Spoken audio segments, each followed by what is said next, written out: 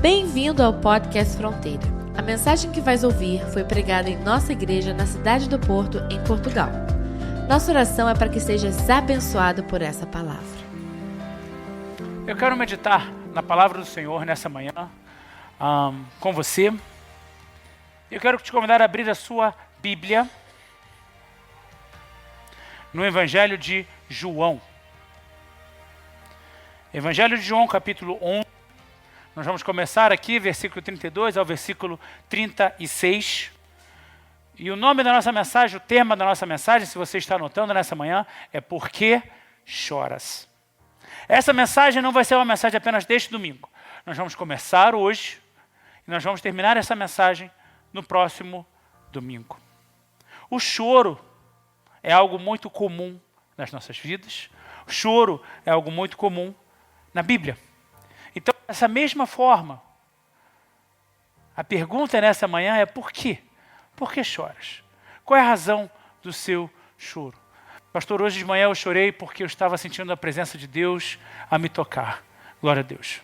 Eu chorei porque eu estava muito triste. Eu chorei porque eu estava muito feliz. Eu chorei porque eu estava emocionado. Eu chorei pelas mais diversas razões. O tema da nossa mensagem nessa manhã, por que choras? Mas antes de ler com você, eu quero orar. Feche seus olhos, abaixe sua cabeça. Vamos orar. Obrigado, Senhor, pelo privilégio que é de estarmos na Tua casa, na Tua presença. Senhor Deus, nessa manhã, te peço, Pai, que o Senhor venha falar às nossas mentes e corações. Que não sejam as minhas palavras, a minha opinião, o que eu quero dizer. Mas verdadeiramente, Senhor Deus, me usa como instrumento nas Tuas mãos. Como canal para trazer a Tua palavra viva, poderosa e eficaz a todos nós aqui nessa manhã. Encontra, Senhor, no nosso meio, mentes e corações e ouvidos abertos, prontos para ouvir e receber tudo aquilo que o Senhor tem a falar, tudo aquilo que o Senhor quer fazer no nosso meio nesta manhã. Recebe, Pai, a nossa gratidão. E como diz a Tua palavra, que a meditação dos nossos corações seja agradável a Ti. Nós chamamos, nós somos Teus, essa igreja é Tua, pertence ao Senhor. Vem fazer de acordo com o Teu santo propósito nessa manhã. É no nome de Jesus que nós oramos. Amém, amém, amém. Por que choras? Vamos ler João, capítulo 11, versículos 32 a 36. Chegando ao lugar onde Jesus estava e vendo, Maria prostrou-se aos seus pés e disse: Senhor, se estivesses aqui, meu irmão não teria morrido. Ao ver chorando Maria e os judeus que a acompanhavam, Jesus agitou-se no espírito e perturbou-se. Onde o colocaram? Perguntou ele. Vem e vê, Senhor, responderam eles. E Jesus chorou. Então os judeus disseram: vejam como ele o amava. Mas algum deles disseram: ele que abriu os olhos do cego não poderia ter impedido que este homem morresse? Amém. Essa passagem é uma passagem muito conhecida, a passagem que Jesus vai ao encontro de Marta e Maria, duas irmãs, que tinham acabado de perder o seu irmão Lázaro. Nós conhecemos Marta e Maria de uma outra passagem que acontece antes dessa, em que Jesus visita a casa dessa família e as duas irmãs estão compartilhando o mesmo espaço e Jesus ali começa a conversar e a ensinar. Marta, sempre muito proativa, está ali trabalhando, preparando as coisas, limpando, como eu imagino que eu e você também estaríamos fazendo. Se Jesus viesse à nossa casa, certamente nós estaríamos, não, deixa eu deixar essa casa perfeita para Jesus, afinal de contas é o mestre que vem nos visitar. Maria, por outro lado, se assenta aos pés de Jesus e recebe dele. E Marta reclama: Senhor, não te importas que eu esteja aqui a trabalhar sozinha? E Jesus diz: Marta, existem muitas preocupações nessa vida, mas apenas uma coisa realmente importa. E Maria escolheu a melhor parte e essa não vai ser tirada dela. Eu amo essa passagem, porque eu sou uma pessoa, eu me julgo muito proativo. E eu estou sempre a pensar, eu estou sempre a tentar resolver, ter algum projeto, alguma coisa, eu estou sempre a tentar melhorar. E eu me vejo muito como Marta, como alguém que está sempre a fazer. E é difícil ser como Maria. Alguém que para e escuta. É difícil ser como Maria, apesar de ser a melhor parte. Nós muitas vezes nos cobramos uma atuação, uma performance. Nós nos cobramos ser o que o mundo quer que nós sejamos. O que a vida nos cobra de ser. E aqui nessa passagem é interessante porque nós vemos mais uma vez Maria prostrando-se aos pés de Jesus. Versículo 32 nos diz isso. Maria prostrou-se aos pés de Jesus. E aí você pensa, onde está Marta? Marta, antes mesmo de Jesus entrar na cidade, já tinha ido ao seu encontro. Proativa como ela era, Marta já havia ido, já havia estado com Jesus, já tinha explicado para ele tudo o que aconteceu, como Lázaro ficou doente, como Lázaro morreu, como Lázaro está agora na tumba, na cova.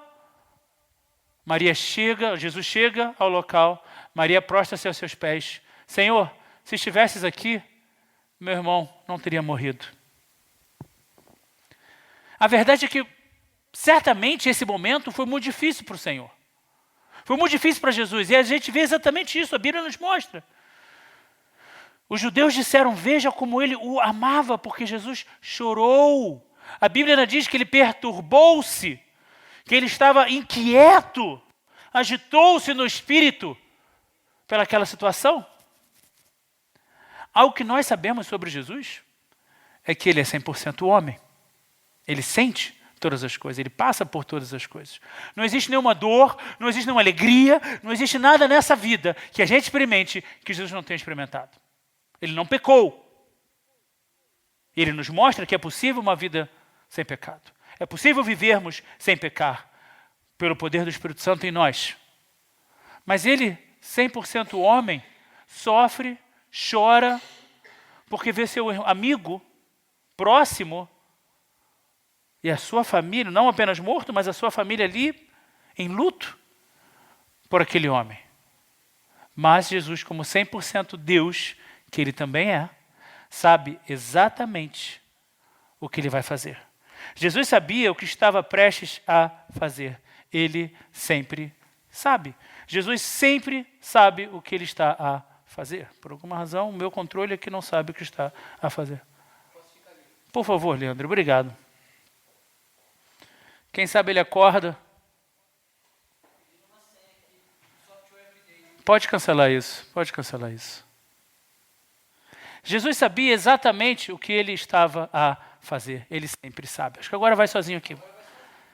Mas, apesar de sempre saber, apesar de estar pronto, Jesus chorou. Jesus vê aquela situação toda e ele mesmo chora. Esse é o menor versículo da Bíblia, por razões óbvias. São apenas 2 palavras. Mas tão importante, tão fundamental. Esse choro de Jesus é um choro que na palavra original, no grego, é embrimaomai. Embriaomai. A gente vê que é algo que vem de dentro como embrião. É o que nasce nas profundezas do ser. É uma tristeza profunda. Pode ser também uma ira. É algo que certamente ali estava, como a Bíblia nos mostra. Jesus agitou-se em seu ser. Ele estava de luto. É isso que a morte faz conosco. É isso que é o luto nas nossas vidas. Jesus chorou por tanto amar a Lázaro, por tanto amar aquela família. Jesus chora por tanto amar as pessoas que ali estavam, como nós também. A gente chora por saudade, a gente chora por luto, a gente chora quando vê uma pessoa que a gente ama passando por uma situação. Certamente, pais e mães que aqui estão choram muitas vezes pelos seus filhos, às vezes clamando, choram. São choros diferentes. Esse choro aqui, profunda tristeza. Embriaomai. Embrimaomai. Jesus chorou por tanto amar, e sabe o que isso me mostra? É que Jesus se importa contigo. Fala isso para a pessoa que está perto de você. Deus se importa contigo. Deus se importa contigo. Ele se importa de tal forma Deus se importa de tal forma que olha o que a Bíblia nos diz a respeito de Jesus. Nós não vamos ler aqui por questões de tempo, mas anote na sua Bíblia, Isaías 53, versículo 5. Isaías 53, versículo 5 nos chama Jesus de um homem de muitas dores. O mestre sabe como dói. Quando você dói, quando você está triste, quando você está doendo, está magoado, o coração moído, o mestre sabe. Jesus sabe como dói. A Bíblia nos diz em Isaías 53 que ele é um homem acostumado a dores. Agora olhe para mim por um instante. Quando nós pensamos sobre Jesus, nós não pensamos num homem acostumado à dor. Quando nós pensamos sobre Jesus, nós pensamos no Rei, no Redentor, no Filho de Deus. Mas como homem, muito acostumado a dores. Não apenas as dores da crucificação, chibatadas e do sofrimento que ele passou na paixão de Cristo, como nós chamamos, mas acostumado a dores do dia a dia. De tentação, de luto, de ser traído, de não ser levado a sério, de ser tantas vezes rejeitado até.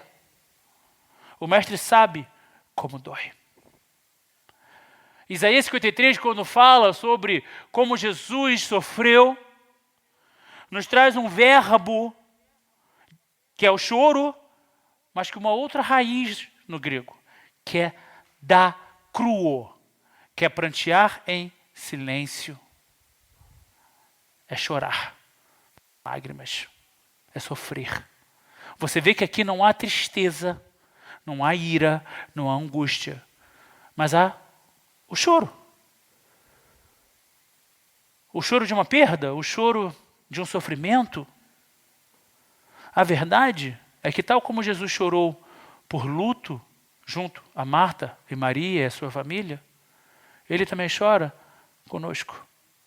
Quando a gente clama, a Bíblia declara que o Senhor conta, recolhe as nossas lágrimas. Esse é o Deus que nós servimos. Ele se importa de tal forma que ele chora conosco. Ele não chora por minha causa, ele chora comigo. Ele não chora, ai meu Deus, coitado do Tiago, olha o que aconteceu. Não, ele chora porque ele sabe que eu estou sofrendo. A Bíblia declara que é melhor estar com os que choram do que se alegrar com os que se alegram. Hoje, domingo, Samamed está em festa, é carnaval.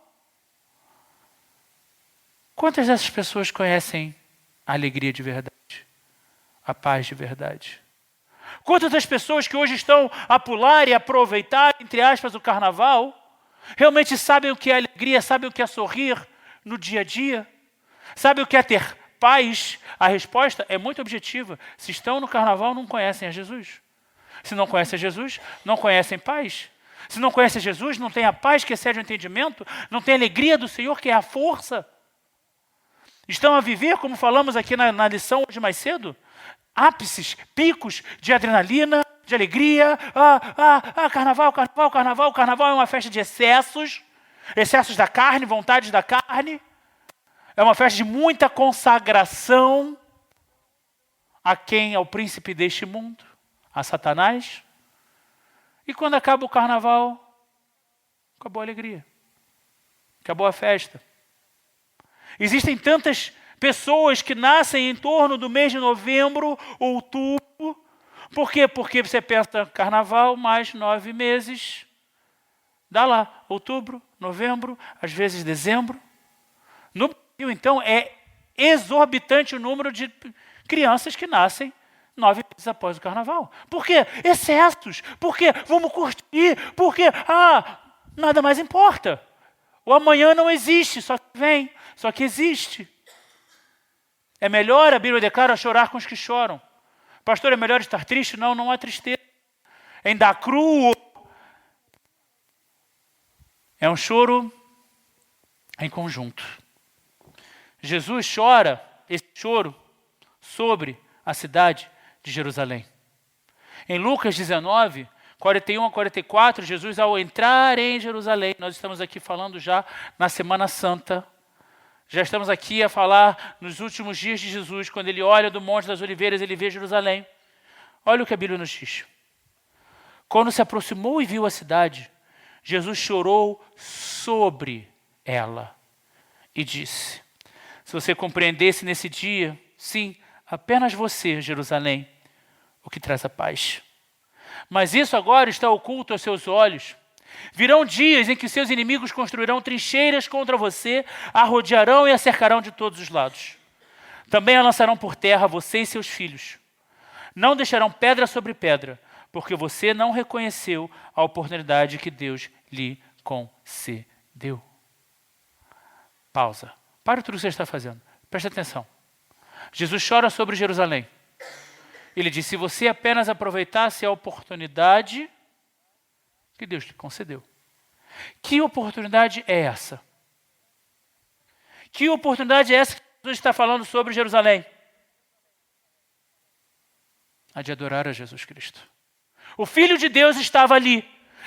Existia um templo gigante que era o cerne, o centro da população, da cultura judaica, da cidade, do país de Israel, da cidade de Jerusalém. Vamos adorar a Deus, vamos adorar a Deus. Deus se faz homem entre eles. E eles não aproveitam a oportunidade que Deus deu. Eles não reconhecem a oportunidade que Deus deu. Jesus está dizendo sobre Jerusalém: se você compreendesse o que traz a paz. Existem tantas pessoas que passam a vida inteira sofrendo, e passam a vida inteira chorando. E Jesus diz uma coisa: se você compreendesse aquilo que te traz a paz. O nome de Jesus. Pastor, o crente então não passa por dificuldade? Passa, e muita. Mas nós sabemos o nome da paz. Nós sabemos aonde vem o nosso socorro. O salmista declara: eleva os meus olhos para os montes, de onde me vem o socorro? Do Senhor, Criador dos céus e da terra. Eu sei o que me traz a paz. Se você tem Jesus no seu coração, se você crê e você tem Jesus como seu único e suficiente Salvador, você sabe o que traz a paz. Jesus, quando chora sobre Jerusalém, ele mostra aqui o coração de Deus. O coração de Deus quando vê o pecador. O coração de Deus quando vê carnaval. O coração de Deus quando vê o desvio de um crente. O coração de Deus quando vê pessoas se distanciando dele. Pastor, como assim o coração de Deus? O que é que Deus quer? Deus deseja, e como nós precisamos, que nós venhamos a nos opor ao pecado. O pecado é aquilo que nos distancia de Deus. E a Bíblia declara que todos nós somos pecadores e carecemos da glória do Senhor, da graça do Senhor. Todos nós fomos destituídos do nosso relacionamento com Deus e precisamos de Jesus nas nossas vidas. Esse choro de Jesus sobre Jerusalém tem um outro nome, tem um outro verbo. São diversos verbos para o mesmo choro. Para choro, porque a palavra choro que nós usamos em português, em grego existem diversos verbos. Esse é eklausen, que significa lamento, clamor, agonia. Lamento, clamor e agonia. Jesus, quando chora sobre Jerusalém, ele agoniza por causa do pecado daquela cidade. Jesus, quando olha para Jerusalém e vê uma cidade distante de Deus, e vê um povo que adora uma religião, e vê um povo que não conhece o próprio Deus, não reconhece Deus entre eles. Esse é o choro. Eklausen.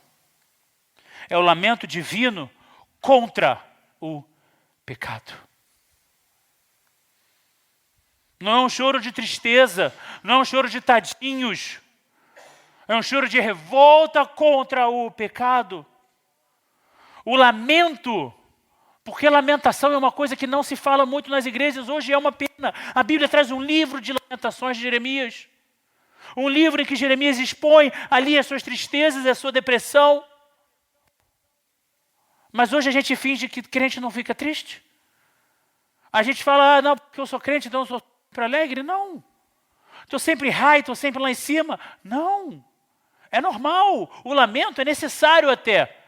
Esse lamento contra o pecado, nós precisamos ter essa revolta contra o pecado. O lamento do Senhor é sobre as nossas próprias decisões. Quando eu decido não obedecer, quando eu decido não abrir o meu coração, quando eu decido me agarrar a tradições que não me levam a lugar nenhum, quando eu decido não decidir, deixa a vida me levar, vamos ver o que vai acontecer. Acaso. Quando eu decido ir contra a vontade de Deus, quando a Bíblia me diz, faz assim, eu faço outra coisa. A palavra pecado significa exatamente desvio, distância. Significa a nossa rebeldia contra Deus. E quando eu entendo que o lamento divino, o lamento do Senhor é sobre as minhas próprias decisões pessoais, eu entendo que o meu pecado despedaça o coração de Deus. O meu pecado despedaça o coração. É mais do que quebrar, é despedaçar o coração de Deus. O apóstolo Paulo chega a escrever que aquele que decide deliberadamente, ou seja, escolhe porque quer, pecar e pecar e pecar e pecar e pecar e pecar. O que está fazendo? Está crucificando, está como que crucificando Cristo novamente. É como o crente que vive no pecado, Senhor, Jesus na cruz não foi o suficiente não, porque eu estou pecando ainda, eu estou aqui, estou aprontando, estou fazendo o que eu quero, estou pulando carnaval. Hoje ser domingo no mundo de carnaval é muito propício para essa mensagem. Eu vou ser bem sincero com vocês, eu vou abrir meu coração com vocês, eu estou com essa mensagem preparada há algumas semanas, alguns meses. E toda semana, Senhor, é agora o tempo? É agora o momento? E eu nunca senti a determinação do Senhor de que era o tempo. E esses últimos dias, meditando, veio essa mensagem no meu coração, é a hora, e não apenas hoje, mas domingo que vem nós continuaremos tratando desse assunto. O meu pecado despedaça o coração de Deus. Se você puder, bota a mão sobre o seu coração. Feche seus olhos. E diga, Senhor, me perdoa. Porque o meu pecado parte o seu coração. Faça uma oração, 30 segundos. Peça perdão a Ele. Senhor, me perdoa por despedaçar, por partir o seu coração. Me perdoa pelos meus pecados. Me perdoa porque o Senhor me ama tanto. Eu mesmo assim errei, eu mesmo assim pequei.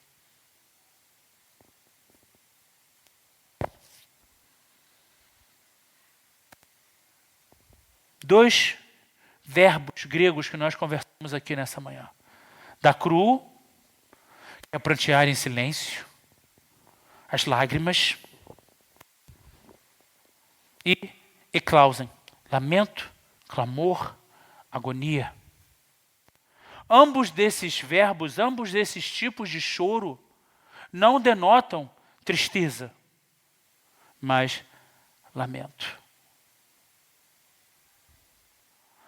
1 Timóteo 2,4 diz que o Senhor deseja que todos sejam salvos. Paulo escreve a Timóteo, seu pupilo, seu filho na fé. Ele diz, é necessário que nós entendamos que Deus deseja que todos sejam salvos. Por que tem gente que não é salva então? Por que tem gente que escolhe o pecado? Porque escolhe. Porque, sinceramente, não se importa. Não se importa que o coração, mas você está partindo o coração de Deus. Está bem. Mas você está indo para o inferno. Não me importo. Deus, esse choro de Jesus sobre Jerusalém, o choro divino sobre o pecado, contra o pecado, não é tristeza. Ai, perdemos, é lamento porque nós estamos escolhendo errado. É lamento porque o povo que era para ser o povo dele, como hoje a igreja, escolhe errado. Quanta gente escolhe não estar na igreja? Quantos crentes escolhem não congregar? Quantos crentes escolhem ir para a igreja só para fofocar? Quanta gente escolhe estar na igreja apenas por um contrato social, por estar junto com os meus amigos? Lucas 19, 41 e 42. Quando Jesus se aproximou e viu a cidade, ele chorou sobre ela e disse: se você compreendesse neste dia, sim, apenas você, o que traz a paz.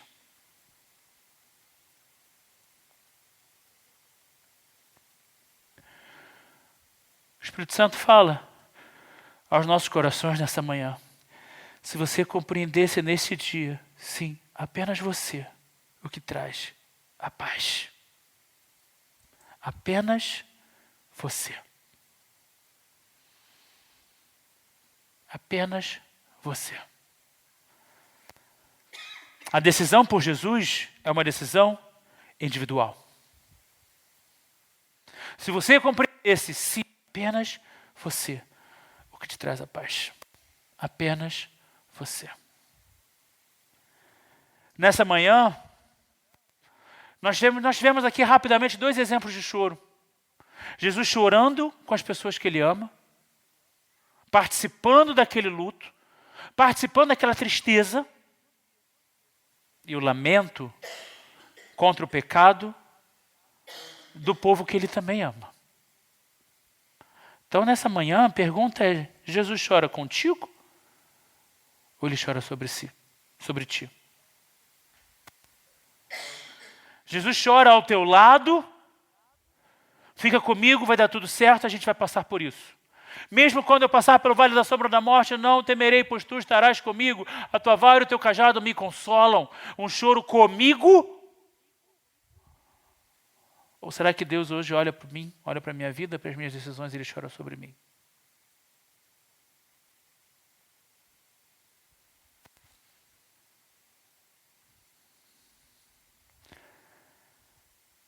Ao ver Jerusalém, Jesus chora sobre aquela cidade. Se você e apenas você soubesse aquilo que te traz a paz. Um choro de lamento. Um choro de conserto, por favor. Decida certo.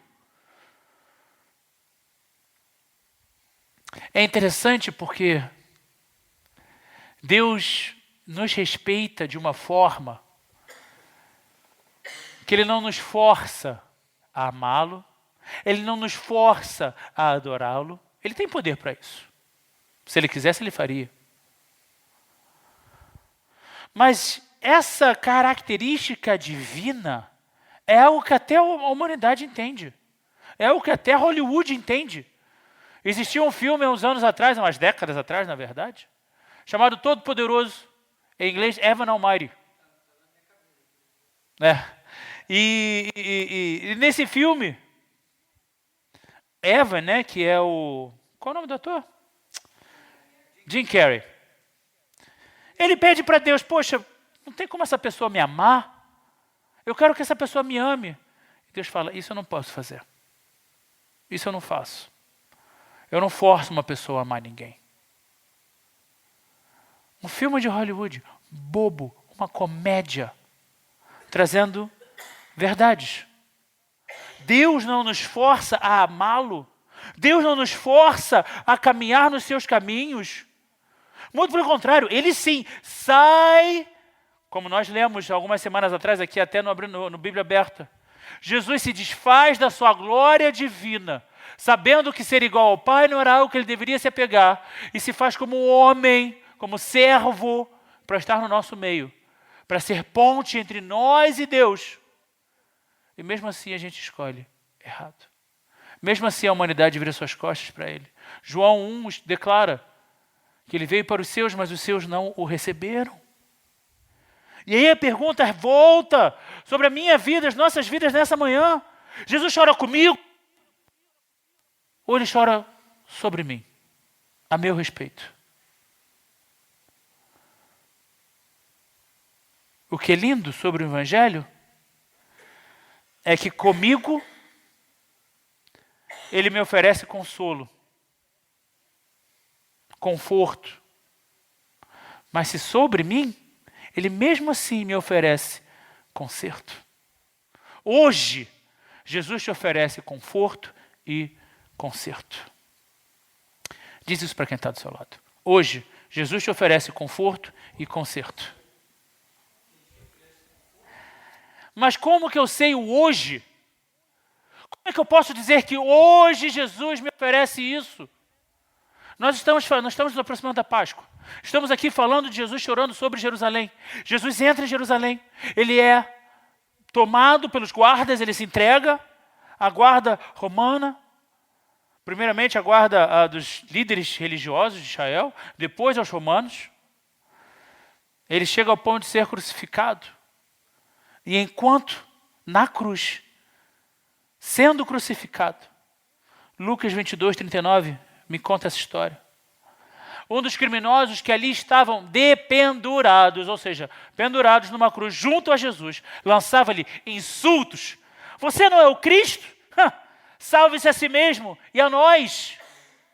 Como o mundo faz hoje. Entre em qualquer igreja dessas aqui em Portugal, o que você vai ver é um Cristo crucificado, pendurado. Não existe uma cruz vazia. Não existe um Ele ressuscitou. Eu compartilhei isso aqui na classe hoje mais cedo. Nós fomos a Madrid, e numa igreja de Madrid, e há uma escultura de Cristo como se fosse um mendigo num banco do lado de fora da igreja. É como o mundo vê Jesus, dependurado. Você não é o Cristo? Faz alguma coisa. Mas o outro, criminoso. A Bíblia não romanticiza, a Bíblia não diz, esse era bonzinho. Não, o outro criminoso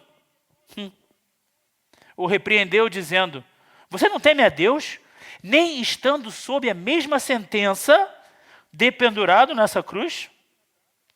Nós estamos sendo punidos com justiça, porque estamos recebendo o que os nossos atos merecem.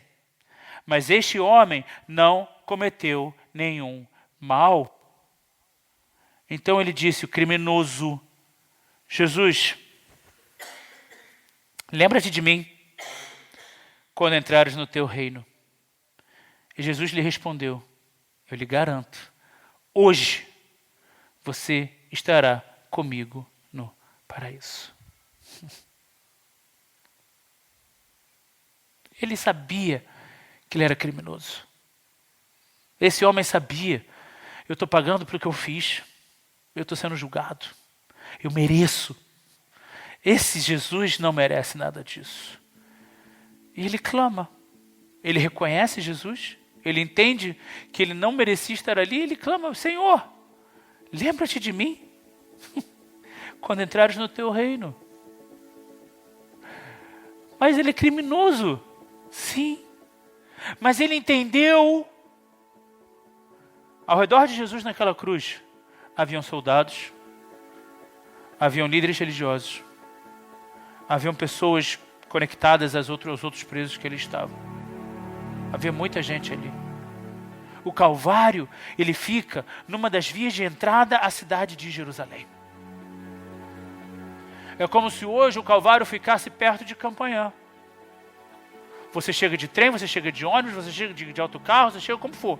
De comboio, de autocarro, de carro, como você, metro, você chega em Campanhã. É como se ao chegar em Campanhã você visse o Calvário. Talvez, quiçá, milhares de pessoas estivessem passando por ali, porque a cidade de Jerusalém estava cheia para as festas da Páscoa. O que poucos entenderam é o que esse homem entendeu, esse criminoso entendeu na cruz. Ele fala, esse homem não cometeu nenhum mal. E ele vira para Jesus e diz, lembra-te de mim quando entrares no teu reino. Sobre Jesus estava uma placa que dizia, Rei dos Judeus. sobre a sua cruz. Rei dos judeus. Ele não está falando do rei dos judeus.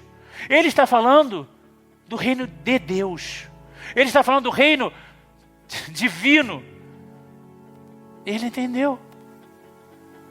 Criminoso. Fez tudo errado. No último segundo da sua vida, ele clama a Jesus. E a resposta do Senhor é: eu te garanto, hoje mesmo estará comigo no paraíso. Outras versões, a Bíblia em inglês traz: esta tarde estarás comigo no paraíso. Jesus garante hoje mesmo o perdão. Eu não sei, Senhor, não sei se Deus me perdoou. Jesus garante hoje mesmo o perdão.